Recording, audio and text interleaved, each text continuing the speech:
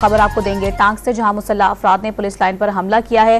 Police کی جوابی کارروائی میں ایک حملہ آور مارا گیا ہے۔ حملہ آوروں کی فائرنگ سے ایک پولیس آفیسر شہید ہو گیا ہے۔ تفصیلات جانیں گے ڈان نیوز کے نمائندے زعفران میانی سے۔ زعفران بتائے گا کیا تفصیلات ہے اس حوالے سے؟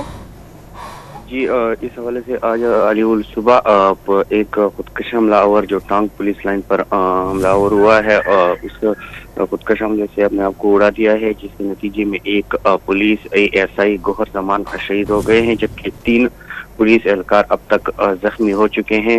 اس حوالے سے جب ہماری پولیس حکام سے بات ہوئی تو انہوں نے کہا کہ ابھی مزید دہشت گردوں کے پولیس لائن میں داخلے کی اطلاعات ہے اور اس حوالے سے سرچ آپریشن جاری ہے اور حتمی